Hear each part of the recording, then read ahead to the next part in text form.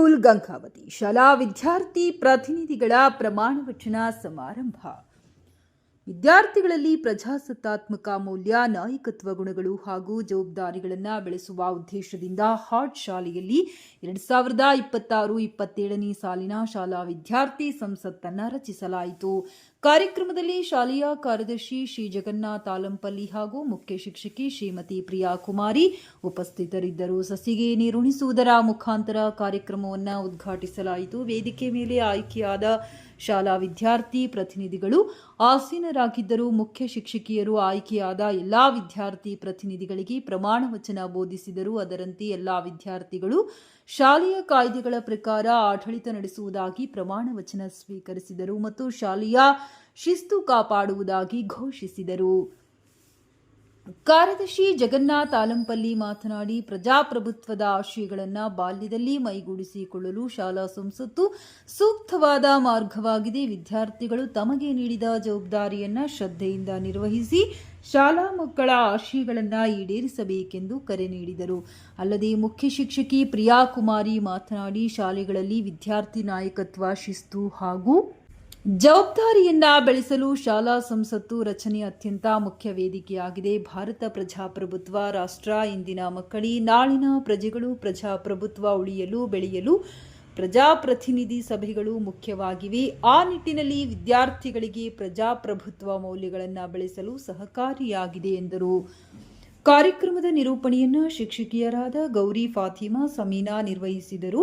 ಅಲ್ಲದೆ ದೈಹಿಕ ಶಿಕ್ಷಕರಾದ ಶ್ರೀ ಸೋಮಶೇಖರ್, ಭಾನುಪ್ರಸಾದ್, ಛತ್ರಪ್ಪ, ನೀಲಕಂಠಪ್ಪ ಉಪಸ್ಥಿತರಿದ್ದರು.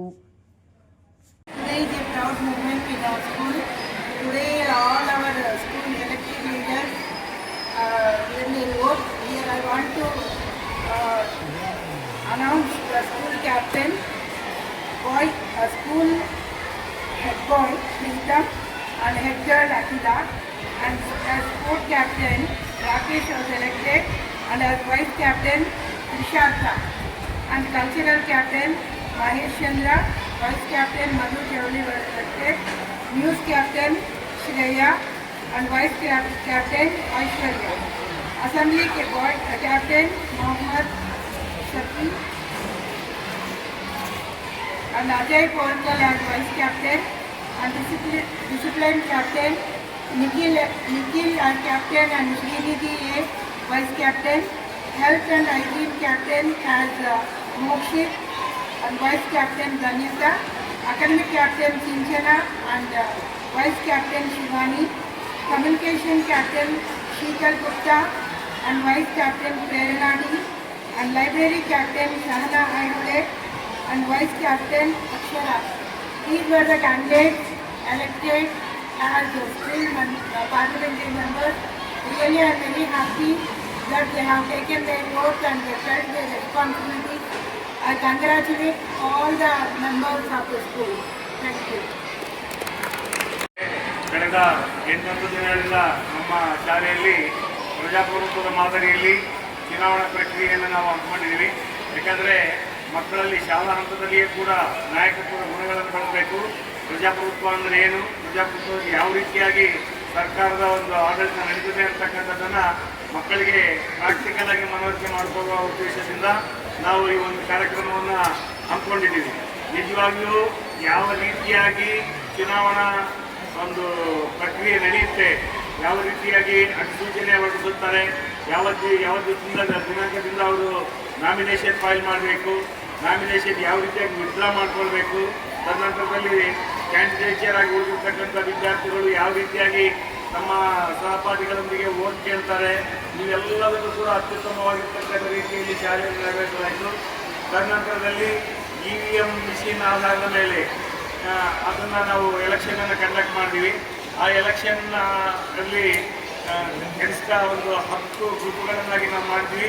ಆ ನಿಟ್ಟಿನಲ್ಲಿ ಶಾಲಾ ಕ್ಯಾಪ್ಟನ್ನು ಮತ್ತು ಶಾಲಾ ಗರ್ಲ್ ಕ್ಯಾಪ್ಟನ್ ಈ ರೀತಿಯಾಗಿ ನಾವು ಮಾಡೋದ್ರ ಜೊತೆಗೆ ಎಲ್ಲರೂ ಆಯ್ಕೆಯಾಗಿದ್ದಾರೆ.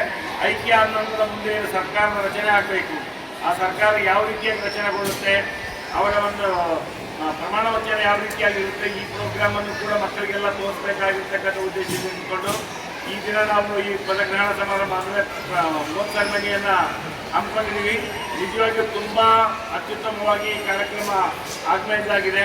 ಈ ಕಾರ್ಯಕ್ರಮ ನಡೆಸುವಲ್ಲಿ ಅತ್ಯಂತ ಯಶಸ್ವಿಪಟ್ಟಿರ್ತಕ್ಕಂಥವರು, ಅತ್ಯಂತ ಕಷ್ಟಪಟ್ಟಿರ್ತಕ್ಕಂಥವರು ನಮ್ಮ ಶಾಲೆಯ ದೈಹಿಕ ಶಿಕ್ಷಕರುಗಳು, ಮಾನಪ್ರಸಾದ್ ಸರ್, ಸೋಮಶೇಖರ್, ಚಂದ್ರಪ್ಪ ಅವರು, ಹೇಮಂತ್ ಮತ್ತು ಎಲ್ಲ ಶಿಕ್ಷಕಿಯರು ಎಲ್ಲರೂ ಸಪೋರ್ಟ್ ಮಾಡಿದ್ದಾರೆ.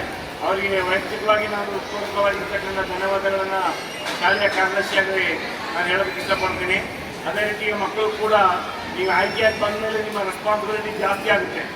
ನಾಯಕತ್ವ ಹೇಗಿರ್ಬೇಕಂತ ಹೇಳಿದ್ರೆ ಏನನ್ನೇ ಬಂದರೂ ಎದುರಿಸ್ತಕ್ಕಂಥ ಸಾಮರ್ಥ್ಯ ಇರಬೇಕು. ನಿಮಗೆ ಶಾಲೆಯಲ್ಲಿ ಸಾಕಷ್ಟು ಚಾಲೆಂಜಸ್ ಬರ್ತವೆ, ಅವುಗಳನ್ನು ಮೆಟ್ಟಿ ನಿಂತು ಮುಂದೆ ಅತ್ಯುತ್ತಮ ನಾಯಕ ಆಗೋದಕ್ಕೆ ನೀವು ಪ್ರಯತ್ನ ಪಡ್ತೀರಿ ಅಂತ ಹೇಳ್ತಾ ನಾನು 2 ಮಾತನ್ನು ಮುಗಿಸ್ತಾ ಇದ್ದೀನಿ. ಧನ್ಯವಾದ.